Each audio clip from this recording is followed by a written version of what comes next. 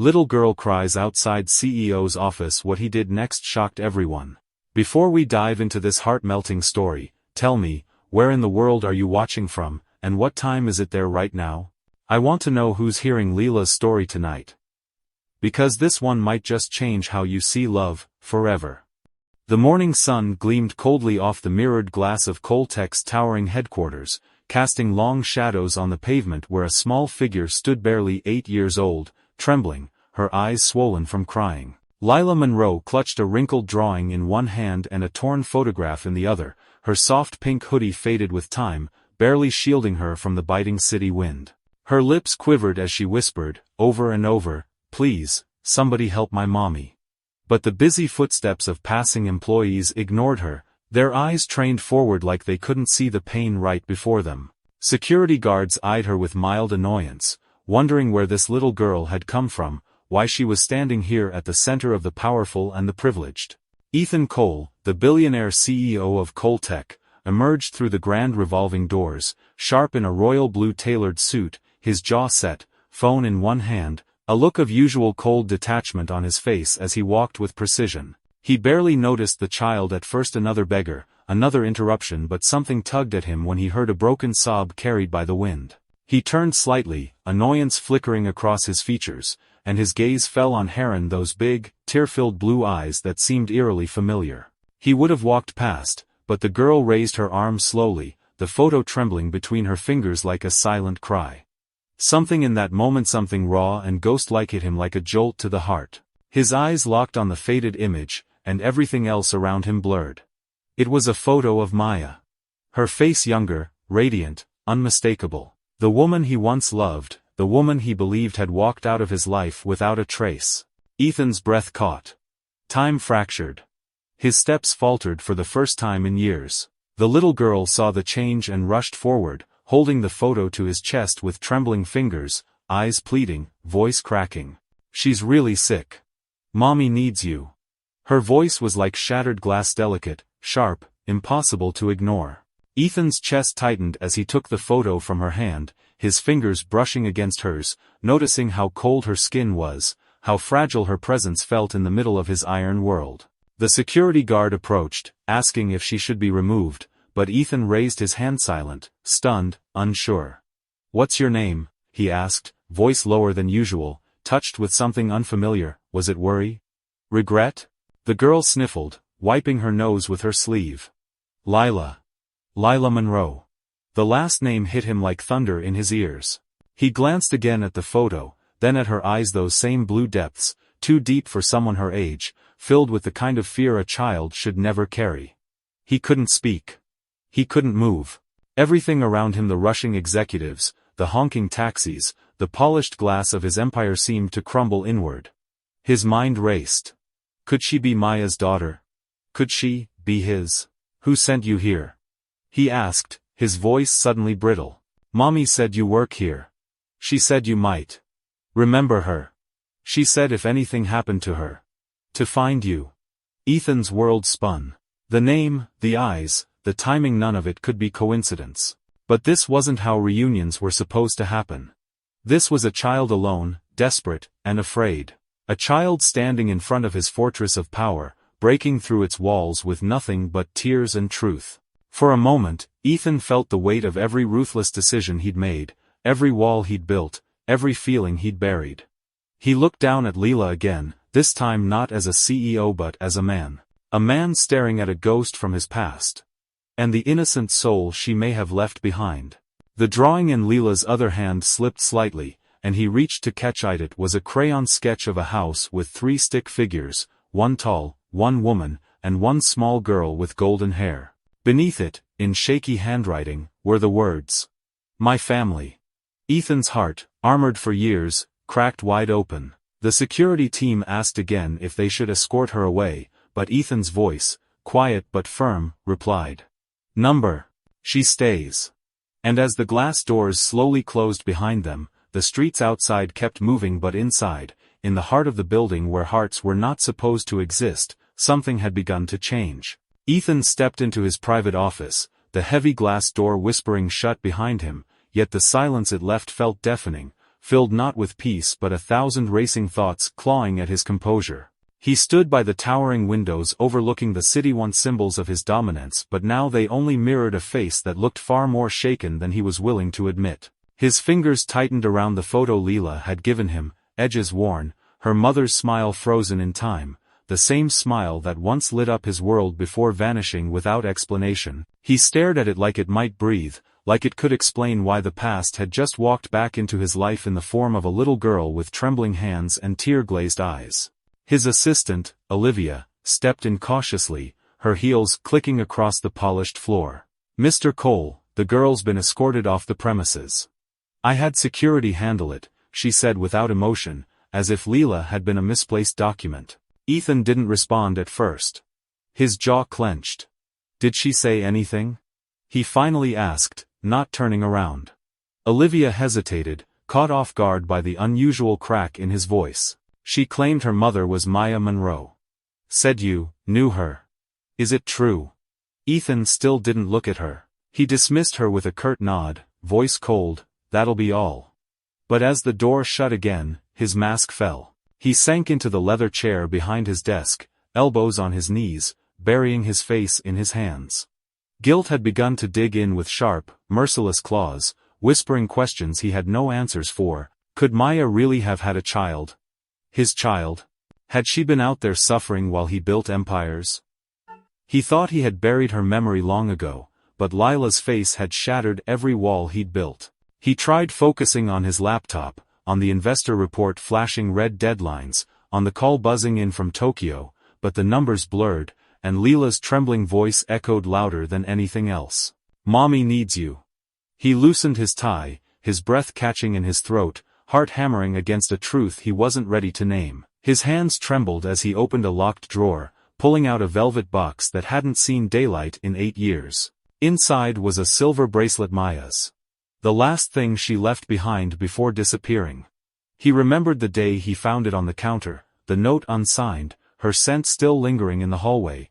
He'd searched for her, but when nothing came up, he convinced himself she chose to vanish.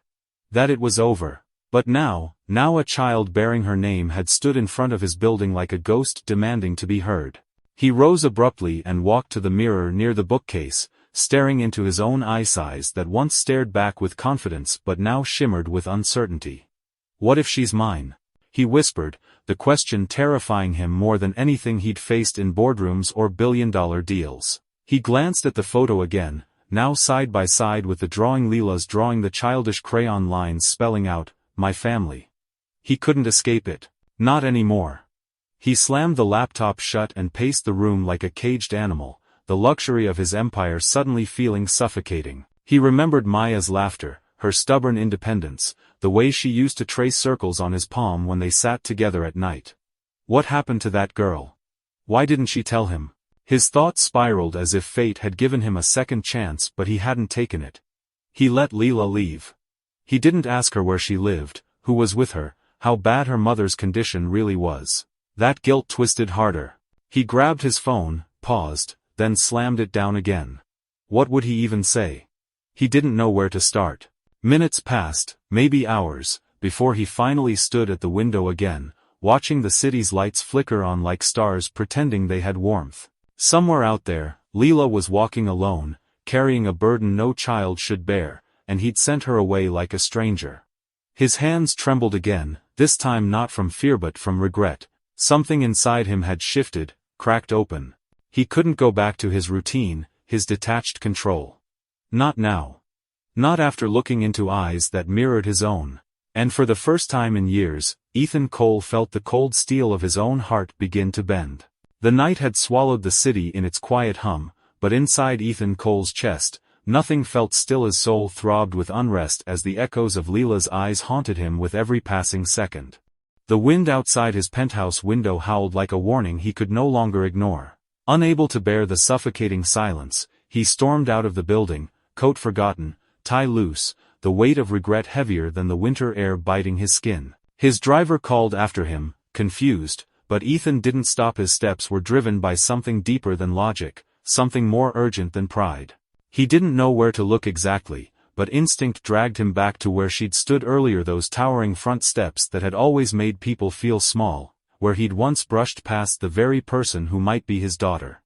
And there she was, curled in the corner beside the marble columns, knees pulled to her chest, shivering in silence like she didn't want to take up space.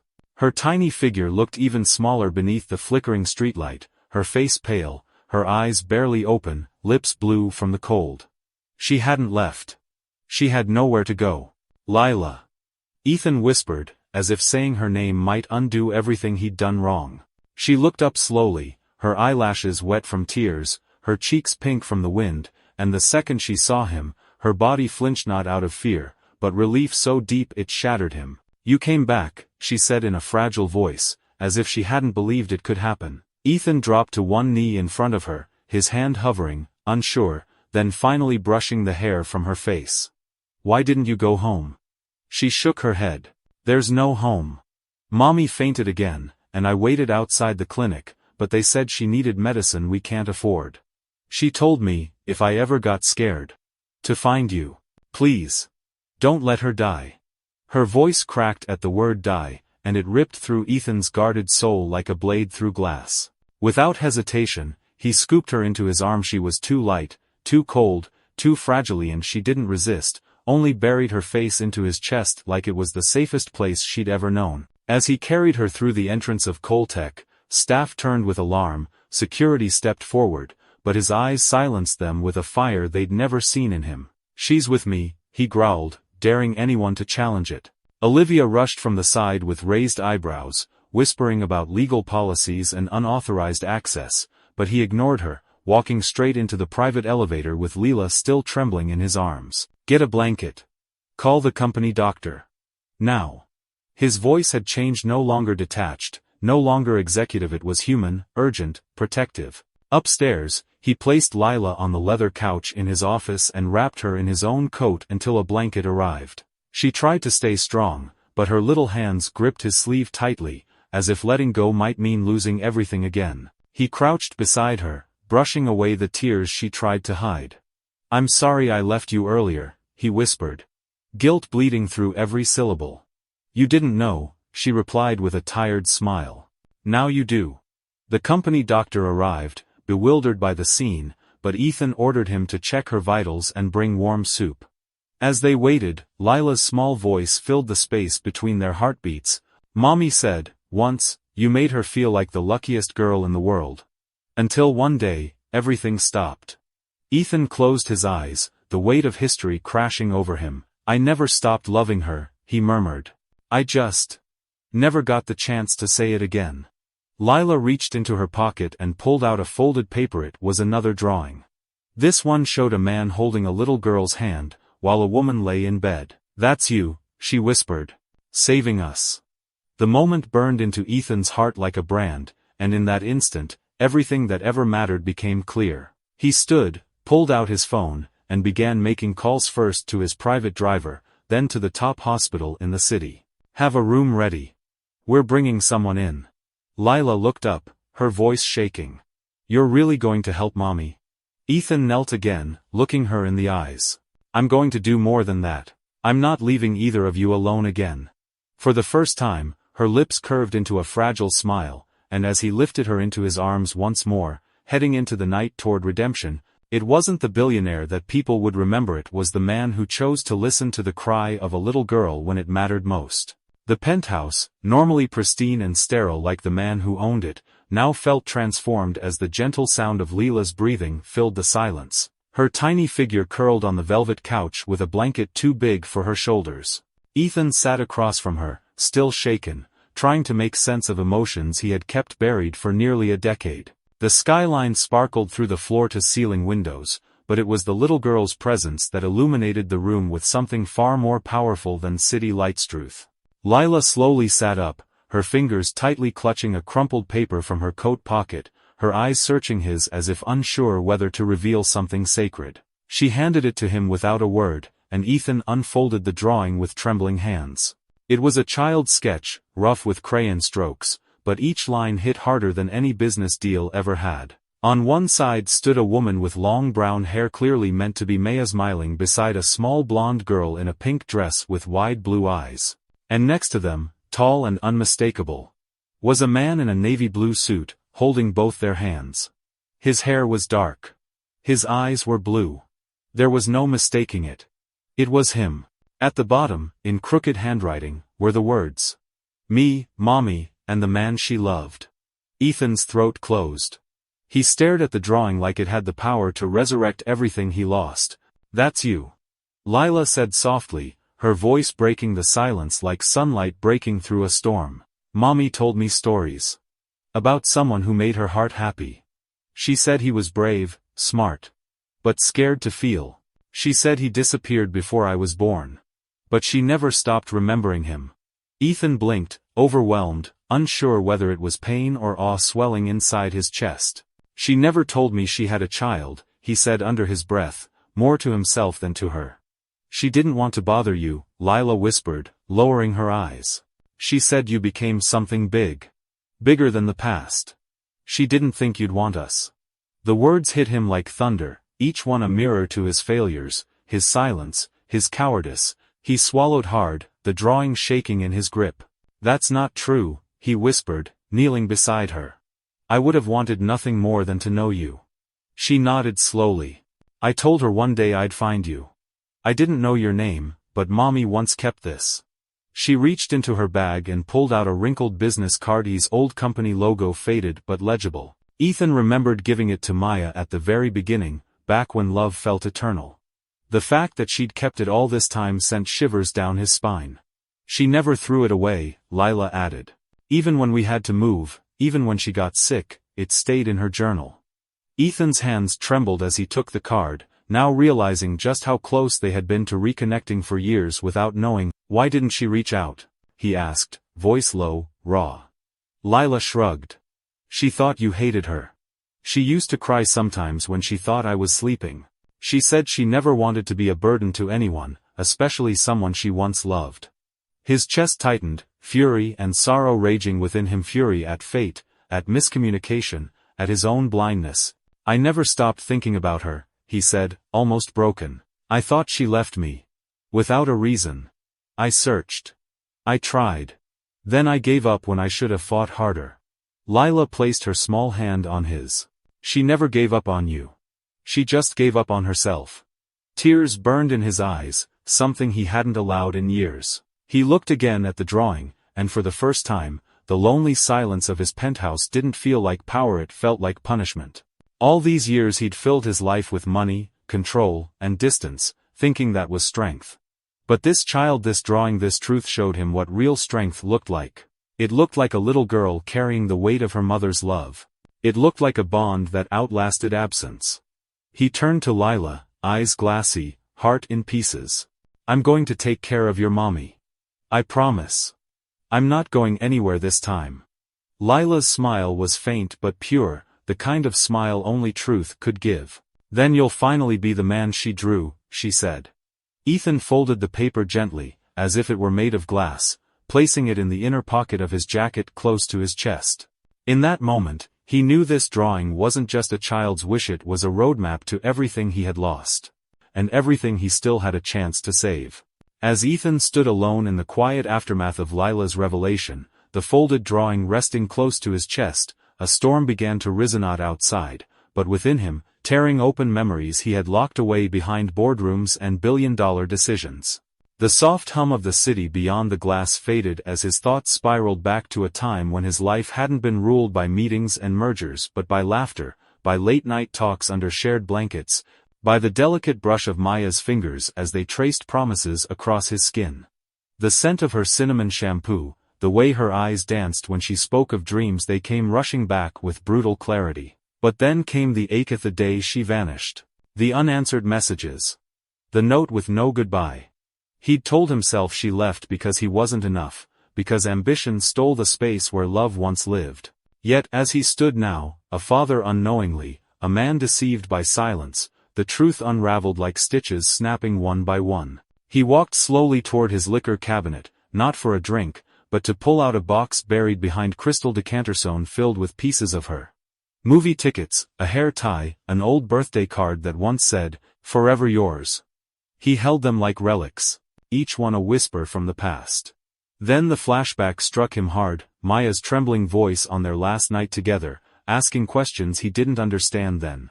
She'd found messages on his assistant's phone, fabricated texts planted by someone threatened by their closeness. He hadn't even known. She left believing he'd betrayed her heart. Maya had walked away not because she stopped loving him, but because she thought he never truly loved her. And she never came back to confront him. She chose silence over conflict. And in that silence, she had carried his child, fought battles alone, and endured years of pain he was meant to share. Rage and sorrow tangled inside his chest, the kind that makes a man drop to his knees not from weakness, but from the weight of what could have been. He now understood why she kept Lila a secret, because she believed she was protecting her daughter from the man she thought had betrayed them both. But she was wrong. And he was just too late to prove it.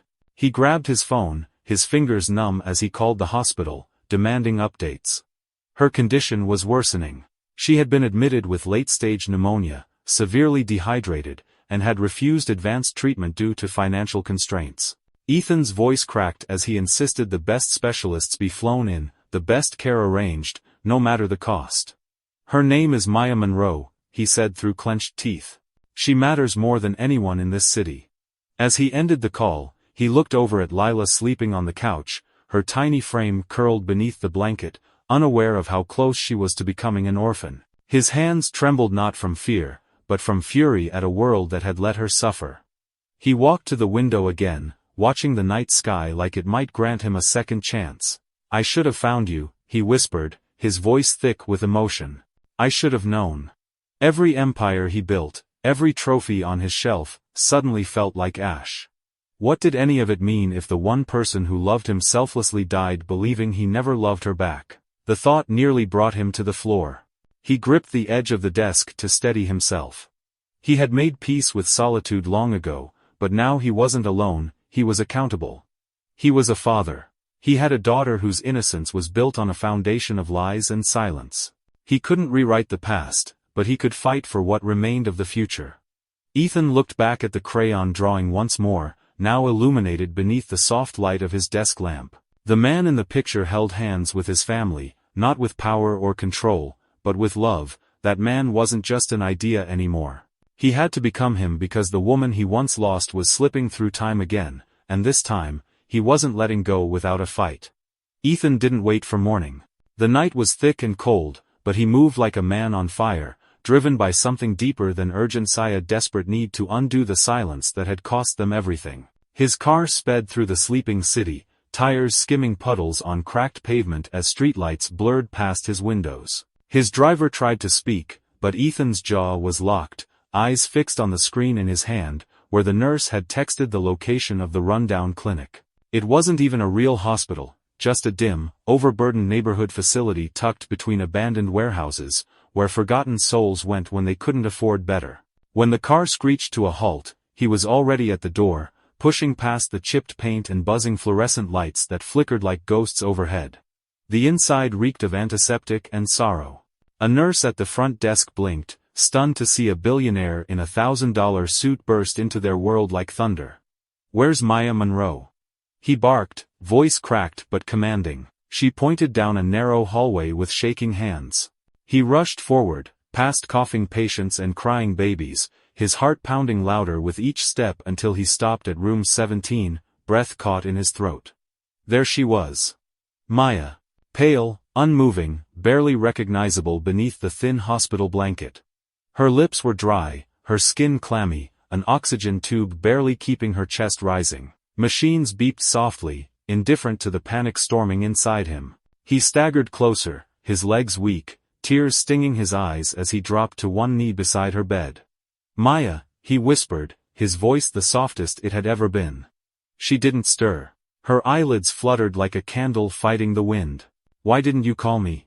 he choked out, gripping her fragile hand that felt too cold. "Why did you carry all of this alone?" His thumb brushed the engagement scar on her finger, still faintly visible after all these years. The doctor entered, trying to explain her condition, but Ethan cut him off. "She's not dying here. Prep a transfer." Now. I'll cover everything airlift, specialists, whatever it takes. The doctor hesitated, stunned. Sir, we're not equipped for. Then she doesn't belong here, Ethan snapped, eyes blazing. Get her ready. His assistant was already on the phone, arranging a VIP suite at the top hospital, the kind of place Maya should have always had access to. Ethan turned to the nurse who'd cared for her so fair, a young woman with tired eyes and a gentle voice. She placed a hand on his arm and whispered, she spoke your name in her sleep. Over and over. She never stopped loving you. The words sliced through every wall around his heart, and for a second, he nearly collapsed from the weight of them. Maya had held on not just to life, but to hope. Even in her fading hours, she had clung to a love she believed was lost. The ambulance arrived, and Ethan never let go of her hand as she was lifted onto the gurney. Lila's drawing was folded in his pocket, pressed close to his heart like a promise. Inside the ambulance, he watched every monitor, counting each breath, willing her to stay alive. His hand never left hers. You're not going anywhere, he murmured. Not this time. I'm here now. I'm not too late.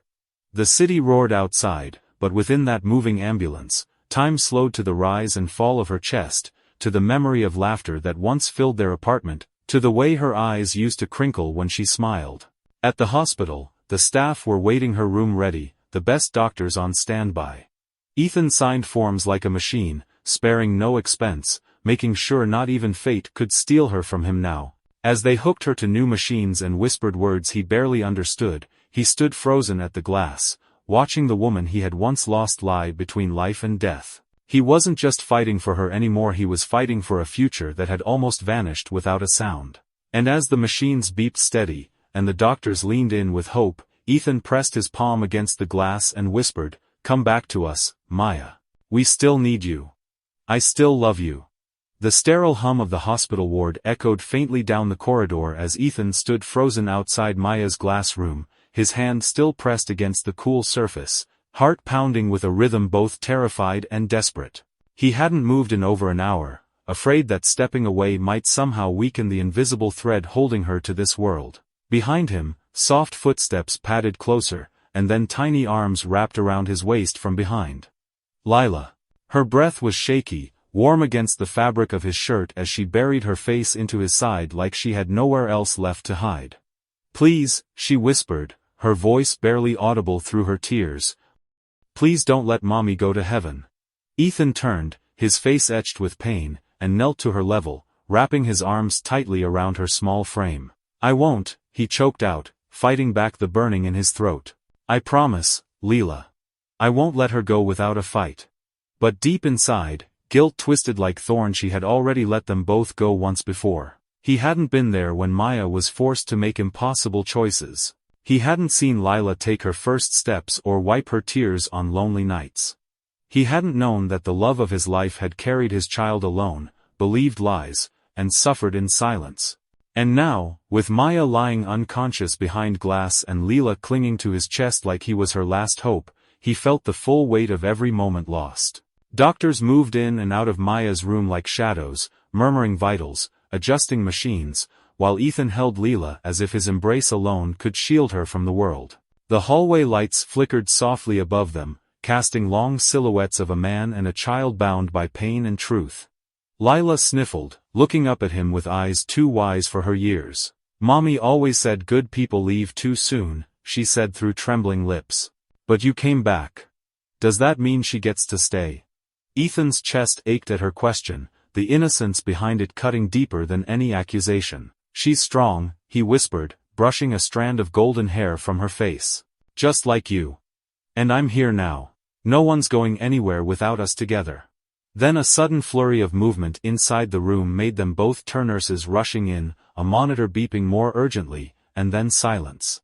Ethan leapt to his feet, heart thundering as a doctor stepped out, his face unreadable. "She's awake," he said gently. But only for a moment.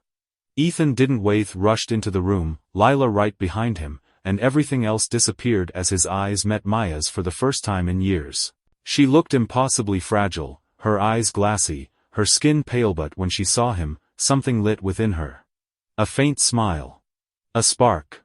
A whisper from the past reigniting against all odds. Lila, she murmured weakly, turning her head slightly. She found you. Ethan dropped to her bedside, grabbing her hand with both of his, tears slipping down his cheeks despite the strength he tried to project. She did, he whispered. She's brave, like her mother. Maya blinked slowly, her breath shallow, but her expression softened at the sight of him holding their daughter so tightly. You came, she breathed. Ethan nodded, lips trembling. I should have come sooner. I should have never let you go. Maya smiled faintly, and her hand reached toward Lila, who climbed up and gently laid beside her, careful not to disturb the wires. Mommy, don't go to heaven yet, Lila pleaded, her voice cracking. I brought Daddy back. Maya's eyes filled with tears, not from pain, but from the miracle of having them both by her side, even if only for a heartbeat. I love you, she whispered, her voice paper thin. Ethan leaned down, pressing his forehead gently against hers. We love you. You're not leaving us, Maya. We still need you. And in that fragile room, filled with beeping machines and whispered prayers, the weight of years lost finally gave way to something stronger: hope. Not perfect. Not guaranteed. But real. And for the first time, all three hearts beat together, a broken family on the verge of healing, because love had finally found its voice again. The room was still, thick with the fragile peace of reunion, but outside Maya's hospital door, something darker stirred beneath the surface, something Ethan hadn't yet seen, festering in the shadows of the empire he built. As he stood quietly by Maya's side, watching her rest with Lila nestled against her chest, his phone buzzed with a message that sliced through the serenity like a cold blade. It was from Maya's sister, frantic and confused. Why did we receive a legal threat from your company, demanding Maya remain silent? Ethan froze, pulse spiking, his mind racing. That couldn't be real. He hadn't ordered anything, hadn't authorized a single move against Maya or her family. Not now. Not ever. He excused himself gently from the room, kissed Lila's forehead, and promised to return. But by the time he stormed into his office back at Coltech, his fury was already unraveling the polished image of control he'd long been known for. His voice thundered down the halls as he barked for Olivia. She arrived moments later, her heels sharp against the marble, face composed in that same calculated calm she always wore when delivering bad news to shareholders. What is this? Ethan demanded, slamming the printed cease and desist letter onto the table. Olivia barely flinched.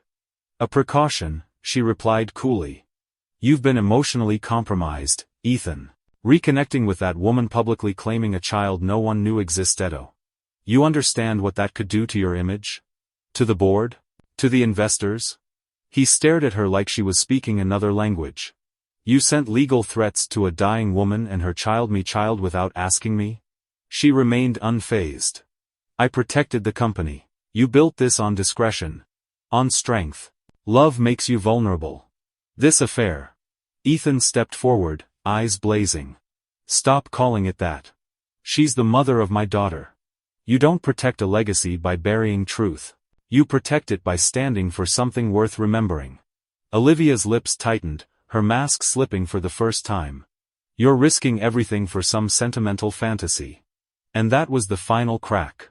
Ethan stared at her, seeing clearly for the first time the rot that had wormed its way into his foundation, not just in contracts and manipulation, but in the people he trusted to speak in his name. You're fired, he said, the words ice, cold but carved from heartbreak. Effective immediately.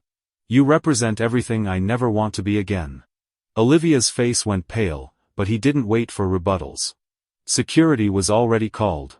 As she was escorted out, Ethan stood in the middle of the office that once made him feel powerful and now felt hollow. He looked around at the glass walls, the leather chairs, the awards on the shelf, and saw nothing but distance between him and the life that truly mattered. He had built an empire but forgotten its soul. And Olivia's betrayal wasn't just personal, it was a wake-up call. She had acted like him once, years ago, driven, detached, obsessed with optics. She was a reflection of who he had been before Lila's tears shattered his armor. And now, with her gone, he saw clearly. This empire would be rebuilt not on power, but on purpose.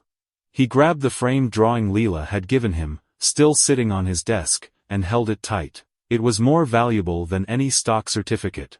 Then, pulling out his phone, he called his legal team directly. From now on, he said, voice steady but sharp, no one acts on my behalf unless I say so. No threats. No letters. Maya and Lila are under full protection. If any part of this company tries to move against them again, I'll burn it to the ground myself. And with that, he turned away from the skyline and back toward what mattered most. He wasn't the man he used to be. He was a father, a protector, a man who had finally chosen love over legacy. And for the first time in years, he felt like he could finally breathe.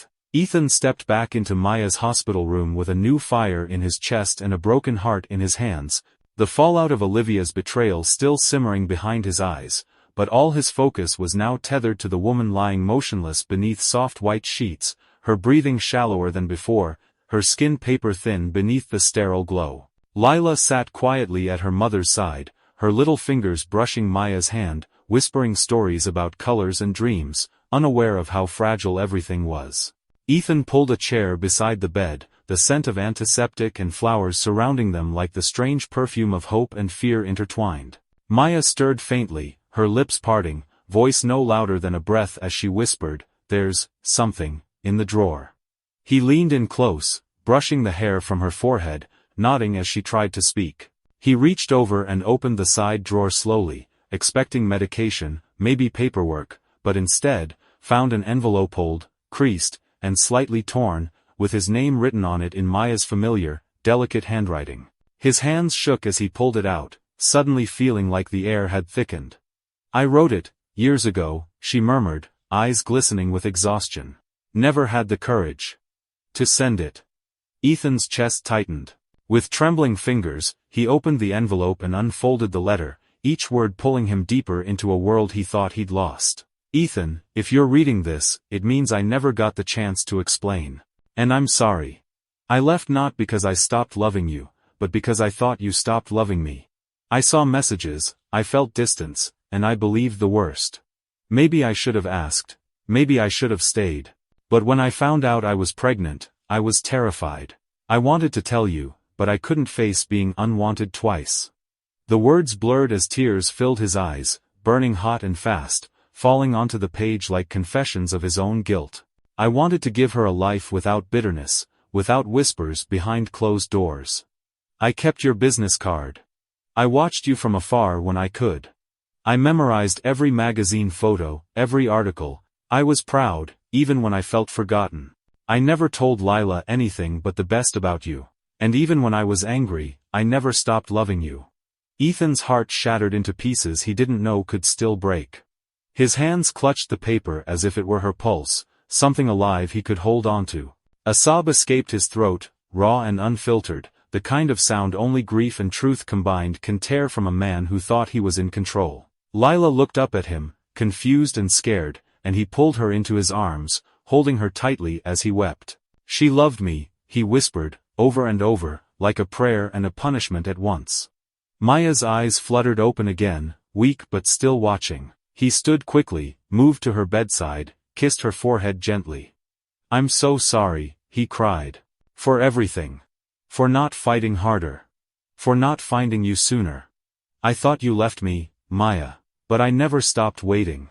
Her lips curved in the faintest smile, and she reached up with trembling fingers to brush his tear-stained cheek. "You're here now," she whispered, her voice barely a thread. "That's all that matters." He held her hand against his face, willing time to slow, willing every second to stretch. "No more secrets," he said softly. "No more distance." Lila leaned against the bed, her little hand resting on top of theirs. "We're a family now, right?"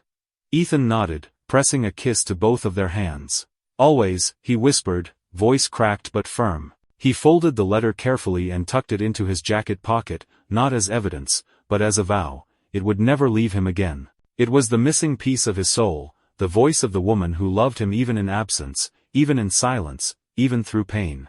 And now, as monitors beeped softly and the weight of the past finally found its place, he knew without question that the letter hadn't broken him, it had rebuilt him. The skies opened just as Ethan stepped outside the hospital, the rain falling in thick, relentless sheets, like heaven itself had been holding its breath until now, unable to contain the sorrow and healing finally unleashed. The pavement shimmered beneath his feet, every drop echoing the chaos and clarity inside him. He walked slowly, holding Lila's tiny hand, his tailored suit soaked and clinging to his body, but he didn't care. He'd spent too many years keeping dry, while others drowned in pain he didn't even know he'd caused. Now, with Maya resting upstairs and her words still pulsing in his heart, he led Lila under the awning, but she tugged gently, pulling him out into the open, into the rain, her blonde curls quickly plastered to her cheeks as her wide blue eyes searched his face. Ethan turned, the cold of the storm sharp on his skin, but the warmth in his chest silenced it. Dropping to his knees, he didn't care about the wet concrete or the people watching. Nothing mattered but her. He cupped her face gently, water dripping from his fingertips like tears he no longer had to hide. "Lila," he said, voice shaking. "I'm so sorry. For not being there when you were scared. For not knowing. I should have protected you. I should have found you. I should have been the man your mommy believed in." She stared at him, silent at first, lips trembling. "Mommy said you were brave," she whispered. "But broken inside." Ethan let out a shaky breath, nodding. "She was right. But you both of you're helping me heal. I can't promise I'll be perfect, but I can promise this, I'm never leaving again. You have me now. Forever." He placed a hand over his heart, the rain mixing with tears he didn't try to stop anymore. "I'm not just Ethan Cole, the CEO. I'm your dad. And that means more to me than every company I've ever built." Lila's bottom lip quivered as she threw her arms around him, holding him tight like her little heart had been waiting for this moment her entire life. Her voice was muffled against his chest, but he heard every word. "You're my real daddy now." The world seemed to still for a second, the rush of passing cars and distant thunder fading beneath the soft rhythm of their embrace. Ethan clutched her back, holding on as if she were the anchor keeping him grounded after years of drifting. For once, titles didn't matter. Not wealth. Not mistakes. Not even time. Only this. A man, a little girl, and the promise of a second chance born under a sky that wept with them. Nurses watching from the windows blinked back tears. Passers-by slowed, struck by a sight more powerful than any headline. A man once cold and unreachable had crumbled in the arms of innocence and risen again as something new, something whole. Ethan kissed Lila's forehead, and she giggled softly through the rain. "We should go inside," he said gently. "Mommy's waiting." But she shook her head. "Can we stay a little longer? I like the rain. It feels like it's washing everything bad away." Ethan smiled for the first time in days, really smiled and nodded. "Then we'll stay," he whispered, pulling her close again. "As long as you want." And so they sat, soaked and shivering but whole, as the rain kept falling, not as a storm but as redemption. The rain had stopped by the time Ethan carried Lila back inside, her small arms looped around his neck, her head resting peacefully against his shoulder, but the storm inside his chest still raged, built not of thunder, but fear. As they reached Maya's hospital floor, a nurse met him with panic in her eyes. "Room 403. You need to come now." Ethan's blood froze. He sprinted, heart hammering, Lila now clutching his hand as they ran toward the room where their future waited on the edge of everything. Inside, the machine screamed in chaos, Maya's body arching beneath the pressure of paddles, her heart lost in the static. "No pulse." Someone shouted. "Charging to 200 clear." Her chest jerked. Lifeless. Ethan stumbled backward, stunned, Lila frozen beside him, eyes wide with confusion. "What's happening?" she cried. "Is Mommy?" Ethan dropped to his knees, arms wrapped protectively around her. "She's fighting, baby. She's still fighting." His voice broke mid-sentence. The doctor's voice cracked through the panic. Again. Clear. Another shock, another silence. And then, like a whisper from the universe, a sound. A tiny, flickering beep. A heartbeat. Weak, barely there. But real. The room stilled, time suspended, and then everything moved again, softer, slower, filled with awe. Maya's eyes fluttered open like a curtain lifting after the longest night. Ethan rushed to her bedside, grabbing her hand, burying it against his cheek. Her skin was cold, but alive. Her gaze was distant, searching, until it found him. "Don't leave us again," he begged, voice trembling like the boy he once was when he first loved her. Please, Maya. Stay. Her lips curved faintly, a whisper of a smile blooming through exhaustion and pain. You were always home, she breathed, and those words undid every wall still standing inside him. Lila climbed up beside her, pressing her cheek gently against Maya's shoulder. I thought you were going to heaven, she whispered, trying to be brave. Maya turned her head ever so slightly, brushing her nose against her daughter's. I came back. For you. For both of you. Ethan's tears fell freely now, unashamed. He kissed the back of her hand, over and over, as if the contact could anchor her soul to this world.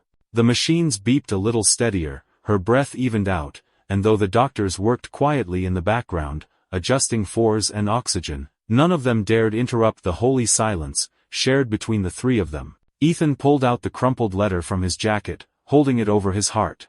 This saved me, he said. Your truth. Your love. Even after everything. Maya looked at him, fragile but steady. You were never the villain I imagined. I see that now. He leaned down, their foreheads touching. And you were never just a memory. You were always my reason. I just forgot how to hold on. Maya closed her eyes, comforted not by medicine but by his words, by Lila's presence, by the warmth of something stronger than any pulsy love resurrected from ruin. For a while, no one spoke. They simply breathed the same air, shared the same silence, found the same peace. Outside the window, the clouds parted to reveal a hint of morning sun, and inside that room, something more powerful than science had happened, not just revival, but reunion. Maya hadn't just survived. She'd given them all a second chance. And in that fragile heartbeat between death and life, she left behind more than just survival. She left a miracle. 3 months later, the hospital room that once held whispers of goodbye had been replaced by a sunlit garden blooming with life, where petals danced on the breeze and joy clung to every laugh, every tear, every heartbeat. Maya stood beneath an arch of white lilies and soft pink roses, her hand trembling not from weakness, but from overwhelming grace.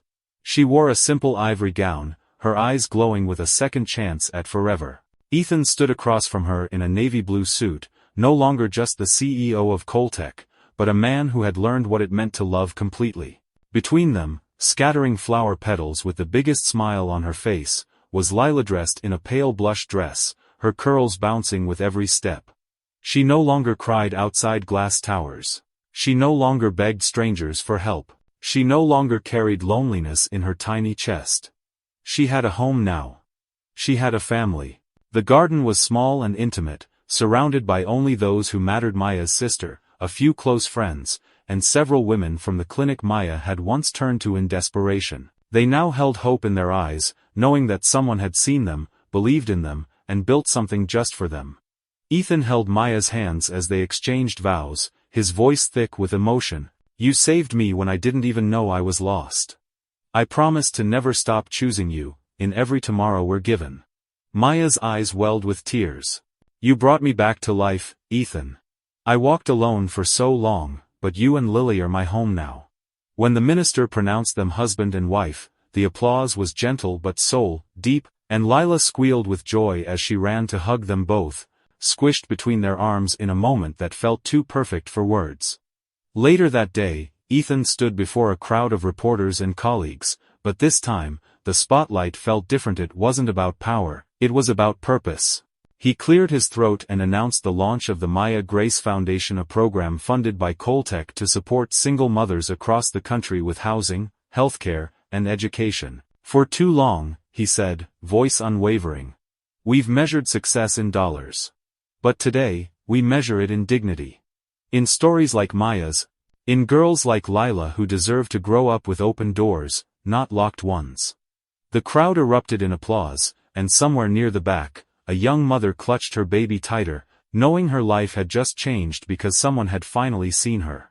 That night, inside a warm mansion nestled in the hills, laughter echoed through the halls. Lila's drawings now covered the walls of her bedroom, not of sadness, but of stick figures holding hands, of hearts, of sunshine. She had her own room, a closet full of storybooks, a puppy named Clover, and a nightlight that no longer needed to fight off fear because love lit every corner now. Ethan read her a bedtime story while Maya tucked in the covers, and before they turned off the light, Lila looked up at them and whispered, "This is my favorite dream. And I get to live in it every day." Ethan kissed her forehead, his heart aching with gratitude. "It's our dream now, sweetheart. All of ours." And as Lila drifted to sleep, her breathing soft and steady, Ethan and Maya stood at the doorway, arms wrapped around each other, watching the miracle they'd almost missed. The mansion wasn't what made it special, it was the way it echoed with belonging. Love had rewritten the past. Forgiveness had built the future. And family, once shattered by silence and fear, now stood stronger than ever. Ethan had rebuilt more than his legacy had rebuilt himself. And in the gentle hush of their home, with wind rustling through the trees and stars lighting the sky above, the final chapter wasn't an ending. It was a beginning.